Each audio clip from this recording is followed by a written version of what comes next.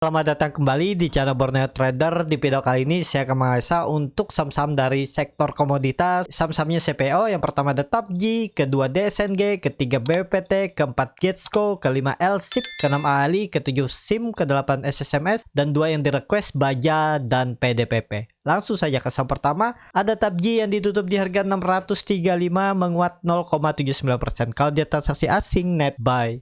Kalau di buka semuanya TAPJI ada akumulasi. Langsung saja ke teknikal. Secara teknikal TAPJI juga jelek ya, nggak kuat naik, dia sampai 680 aja, habis itu kempes lagi dan bahkan jebol 640 635 ya. Dulu juga saya ada beli TAPJI ini waktu di area bawah ini di Februari, tapi karena melihat dia nggak kuat ya TP aja walaupun tipis-tipis ya, daripada di bawah turun. Dengan kondisi seperti ini TAPJI ya coba balik dulu lah. 640 tutup di atas itu bagus, volume juga meningkat 2 hari, sepertinya ini bisa jadi swing low dan naik, cuman terlalu dalam kalau dia membentuk swing low nya untuk naik uptrend ya. Jadi kondisi seperti ini maksimal kalaupun rebound di April, kalau rebound ya, kalau menguat itu 680 ini kepentok lagi dia di situ, gagal lagi kemungkinan besar. Kalau dia dari candle weekly-nya hammer, tutupannya bagus minggu kemarin ya, cukup kuat ya. Resisten 680-nya gagal ya, mungkin 1-2 kali lagi uji baru tembus, itu aja. Yang pastinya kalau TAPJI sudah sekali lagi menembus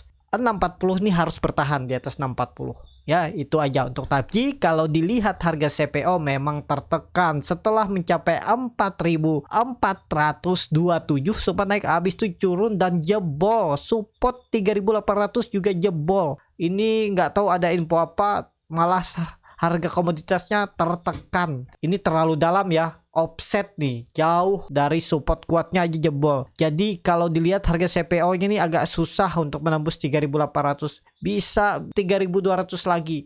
Ini kelihatannya konsolidasi untuk dia turun tuh ya, kelihatan gagal. Perkiraan bisa uptrend tembus 4.400, ternyata abis itu dia terus turun tajam ya, bahkan lebih dari 15% ya, 17%. Jadi kondisi seperti ini agak rawan kalau nggak balik ke 3.800. Titik aman CPO itu 3.800. Kalau gagal ya pola dead cat bond, targetnya masih bisa ke 3.200. Ini kelihatan gagal. Pola descending triangle-nya juga gagal, jelek banget nih. Nggak tahu ada info apa di harga komoditas CPO, malah terus tertekan. Dan sama pergerakannya hampir sama dengan saham-sahamnya. Nah seperti itu ya. Tapi TAPJI ini bertahan di atas 600. Dan nggak masalah kalau nanti ISG uptrend ya, mereka potensi uptrend cuman terbatas, tapi bisa dimanfaatin untuk cari momentum, cari profit mungkin di 5-10%. Jadi seperti itu untuk TAPJI. Langsung saja ke saham selanjutnya, ada DSNG yang ditutup di harga 695 menguat 0,72%. Kalau dia transaksi asing net buy. Kalau dia buka semuanya DSNG ada akumulasi. Langsung saja ke teknikalnya. Secara teknikal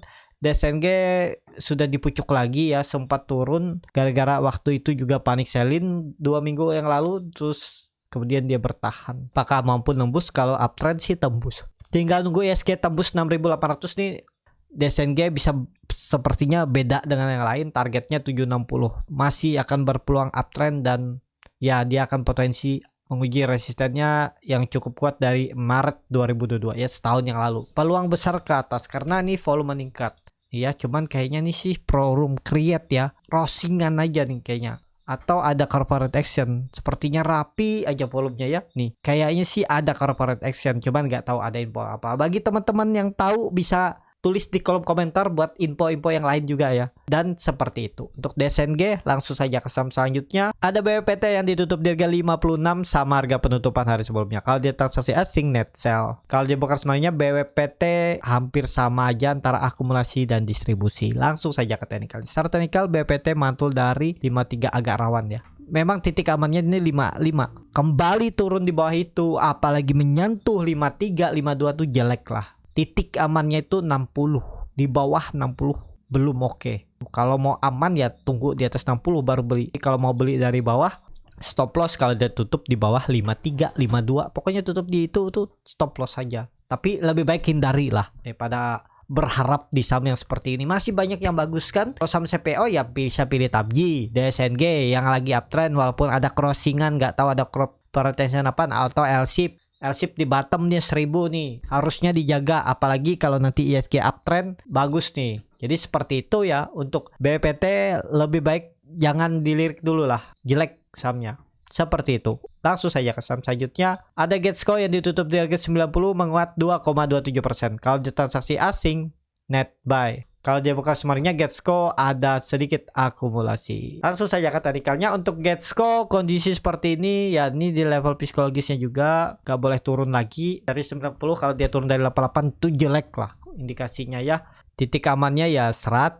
Saya biasanya angka genap aja. Kalau di bawah itu agak rawan, tapi bisa dimanfaatin untuk buying power, untuk scalping, ODT, fast trade atau di swing panjang ya. Yang penting di mana Bapak Ibu stop loss. Misalnya dia turun dari 88 stop loss atau 87 86 ya udah. Gak perlu nunggu sampai 70 kan. Ini harus dijaga kalau sudah kondisi seperti ini, pola formasi untuk candlenya. Kalau dilihat dari time frame weekly-nya, doji udah kan, walaupun volume kecil sudah oke setelah dia membentuk 3 candle yang seperti breakthrough, dan ini ada konfirmasi hijau. Harusnya minggu ini hijau Getsco. Kalau bisa tembus 100 tuh bagus tuh.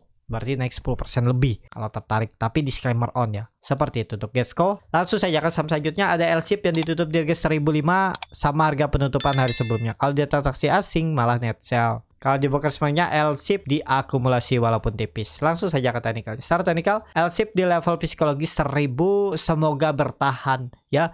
Apalagi nanti ya itu harus dihubungkan dengan ISG juga. ISG aman di atas 6.700 6.600, harusnya L-shape di atas 1000. Dan kondisi seperti ini bisa spec buy nggak? Kesempatan spec buy mumpung dia di bottom. Pokoknya tutupnya ya 5% cut loss saja kalau dia tutup di bawah 960. Mestinya sih jalan. Coba kalau dilihat dari candle weekly ya. Weekly-nya doji dan ya dikonfirmasi harus hijau minggu ini. Monthly-nya, waduh monthly-nya jelek ya. Hammernya, tapi bisa jadi dia konsol tiba-tiba hijau lagi candlenya kan. Ya tinggal lihat 1000 jebol nggak. Itu aja kuncinya. Kalau dilihat volume mulai meningkat dan dia membentuk higher high. Walaupun membentuk juga lower low. Tapi ya harusnya sih hijau ya, semoga hijau lah untuk L-shape. Jadi seperti itu untuk L-shape. Langsung saja ke saham selanjutnya. Ada Ali yang ditutup di harga 7.950 menguat tipis 0,63%. Kalau dia transaksi asing net buy. Kalau dia bekerja semuanya Ali ada sedikit akumulasi. Langsung saja ke teknikalnya. Ali juga waktu itu sudah saya infokan di grup, jangan sampai turun dari 8.200. Kalau dia turun dari 8.200 itu indikasinya jelek. Waktu di area Februari juga ya, waktu itu kan perkiraan saya dia membentuk pola symmetrical triangle dan tembus uptrend, tapi memang ISG nggak mendukung dan dia gagal ya. Tapi ini bisa dipertahankan. Kalau saya bilang waktu itu untuk tren jangka pendek jangan turun dari 8.200. Tapi kalau dia turun dari 8.200 ya saya infokan juga di mana harus average ya, di area 8.000 sampai 7.900. Ini area support yang harus dijaga. Dan sekarang pun kalau minat beli AALI ini di risknya kecil ya, mentok maksimal 3% tuh. Pokoknya dia tuh nggak boleh turun dari 7.800. Tutup di bawah itu jelek. Terlihat sudah beberapa hari dia bertahan terus di atas 7.800. Di bawah turun naik, bawah turun naik. Walaupun di bawah naik juga turun ya. Masih konsol-konsol seperti itu masih oke lah. Kalau dilihat dari time frame weekly-nya juga bagus, ada pembalikan arah walaupun memang belum pasti. Dan itu sangat hati-hati kalau sampai tutup di bawah 7.800 bisa pola cup and handle, double top ataupun pola apa nih ya. Pokoknya pola turun lah Ali, tapi bisa aja konfirmasinya seperti ini pergerakannya tadi. Nah ya, jebret tiba-tiba uptrend jadinya nanti untuk Ali ya.